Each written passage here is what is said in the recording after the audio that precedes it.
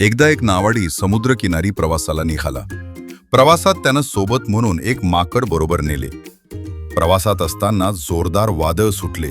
वादळामुळे बोट समुद्रात बुडते. नाविक पोहत किनाऱ्याला जाऊ लागला, पण माकडाला जाता येईना. हे सर्व डॉल्फिन मासा पाहत होता. डॉल्फिन माशाला दया आली व त्यांना मदत करण्याचे ठरवते.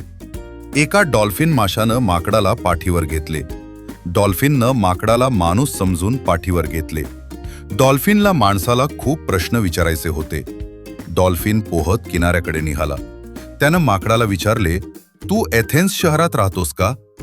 माकडानं क्षणभर विचार केला आणि तो खोटे बोलला. माकड म्हणाला, होय, मी एथेन्स शहरातील एका मोठ्या सरदार घराण्यात वाढलो आहे. डॉल्फिननं त्याला एथेन्स शहराजवळील प्रसिद्ध बंदराविषयी प्रश्न विचारला. तुला पायरायस माहीत आहे का? माकडाला वाटले की पायरायस हा माणूस आहे.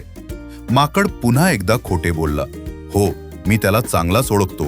आम्ही दोघे चांगले मित्र आहोत. मी त्याला भेटायला कायमच उत्सुक असतो. डॉल्फिनला कळून चुकले की माकड खोटे. त्यानं माकडाला तात्काळ पाण्यात फेकले. माकडाला त्याच्या खोटे बोलण्याची शिक्षा मिळाली. जर तो डॉल्फिनशी खरे बोलला असता तर तो किनाऱ्यावर सुखरूप पोचला असता. जे आपणास माहीत नाही ते माहीत असल्याचा आपण करू नये. तात्पर्य: नेहमी खरे बोलावे.